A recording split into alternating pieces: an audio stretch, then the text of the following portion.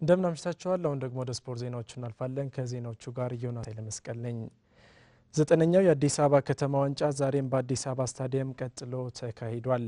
በ9 ሰዓት ተጋባዡ አዳማ ከነማናም የኢትዮጵያ ንግድ ባንክ ተገናኝተዋል። ተክሉ ተስፋይና ፊሊፕ ዳውዝ ባስቆጠሯቸው ጎሎችም ኢትዮጵያ ንግድ ባንክ 2-0 በማሸነፍ ጨዋታውን አጠናቋል። በ11 ሰዓት ኢትዮጵያ ቡናና ደደቢት ተገናኝተዋል። ቢኒያም አሰፋ በነገሰበት የሁለቱ ቡድኖች ፍልሚያ በመጀመሪያው አጋማሽ የግራግር ተጫዋቹ ቢኒያም አሰፋ 3 ጎሎችን በማስቆጠር ሃትሪክ ሰርቷል።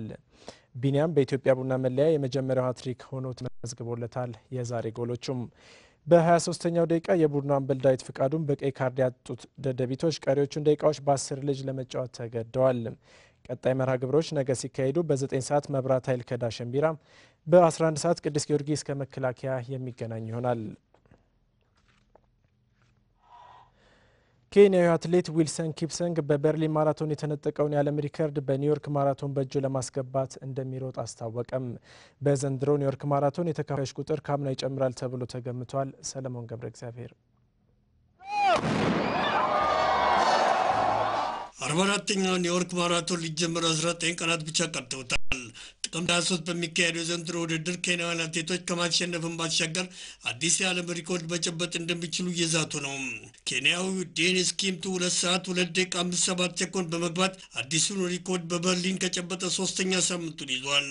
ሪከርዱን የተነጠቀው ዊልሰን ኪፕሳንግ ደግሞ በኒውዮርክ ማራቶን ከእጁ ያመለጠውን ሪከርድ ዳግም ለመጨበጥ እንደሚሮጥ ገልጧል። ሌላው ኬንያዊ ጂኦፍሬ ሙታይ በበኩሉ ኒውዮርክ ማራቶንን ለ3ኛ ጊዜ ቀዳሚ ሆነው የዓለም ሪኮርድ ባለቤት ለመሆንም ማቀዱን ተናግሯል። ሙታይና ኪፕሳንግ ልምምድ በጋራ ቢሰሩም በውድድር መድረክ ግን መፈታተናቸው አይቀሬ መሆኑን ያስረዳሉ። በውድድሩ ታሪክ ኬንያውያን አትሌቶች 11 ዓመት ቀዳሚ ሆነዋል። ከኢትዮጵያ ተስፋዬ ጅፋር እና ገብረ እግዚአብሔር ገብረ ማርያም አሸናፊዎች ሆነዋል። በሴቶች ለድል የበቁት ደራርቱ ቱሉና ፍሬህይወት ዳዶ ብቻ ናቸው። ዘንድሮም ኬንያን አትሌቶች ለመቀናቀን የኢትዮጵያ አትሌቶች በዝግጅት ላይ እንደሚገኙ ታውቋል። በሴቶች ብዙነሽ ዳባ፣ ፍሬህይወት ዳዶ ከኬንያ ኢና ኪፕላጋትና ፕሪስክ ጂፕቱ ጠንካራ ውድድር ያደርጋሉ ተብሎ ይጠበቃል። አምና 50 ሺህ ሯጮችን ያሳተፈው የኒውዮርክ ማራቶን ዘንድሮ ቁጥሩ ከፍ እንደሚል አዘጋጆቹ ገልጠዋል።